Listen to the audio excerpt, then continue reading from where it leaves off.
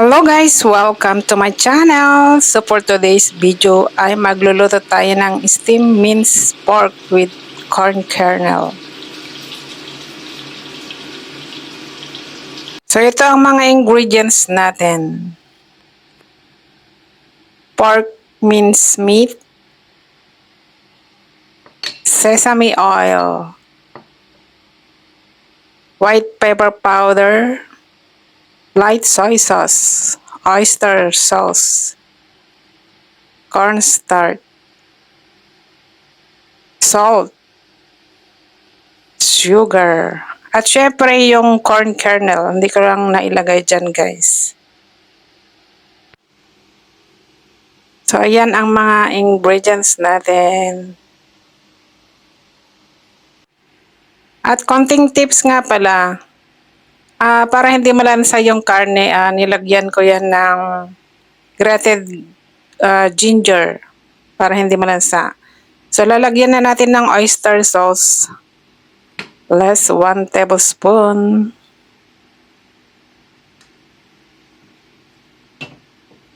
And light soy sauce. Tinatansya-tansya ko na lang guys kasi alam ko na yung timpla. Sesame oil.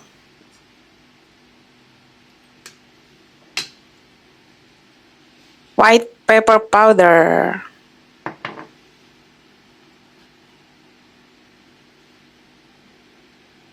Cornstarch. Salt.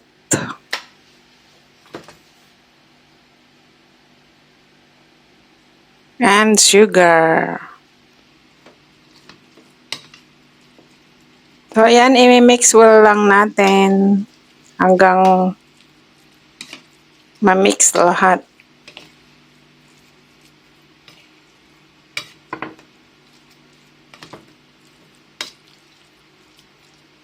So, ang ginamit ko nga palang karne dito ay lean meat, kaya hindi siya masyadong mataba. So, pure lean siya. So, mas maganda kasi yung hindi gaanong mataba para mas healthy.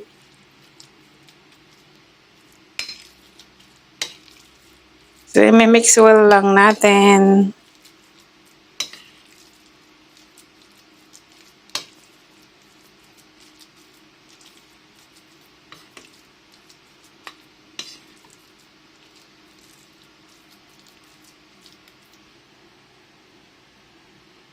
So, ayan. So, idadagdag na natin yung corn kernel. Whole corn kernel. So, ayan. Konti lang yung nilagay ko, guys. Hindi ko ginamit yung isang buong pack. So, konti lang.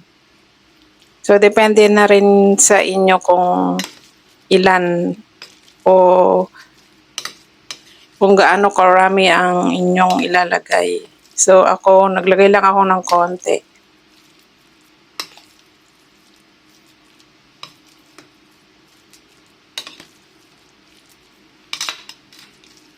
So, ayan, imimix din natin maigi.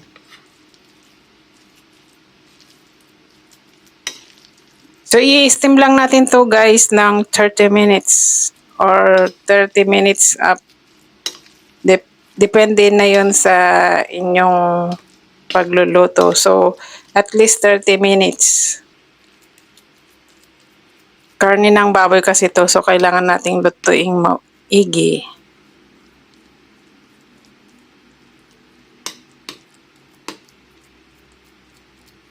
So, ayan na mix na. So, magpapainit na tayo ng tubig.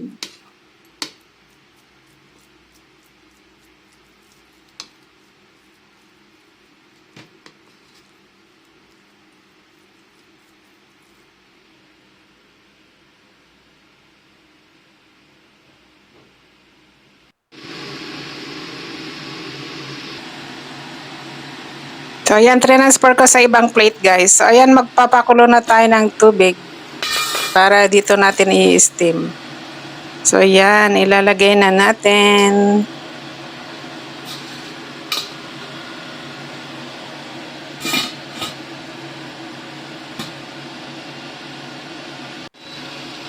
And then, ayan, tapos nang naluto guys. Wow, ang sarap na guys. So ayan, luto na. Pwede na tayong kumain. Thanks for watching. Bye-bye.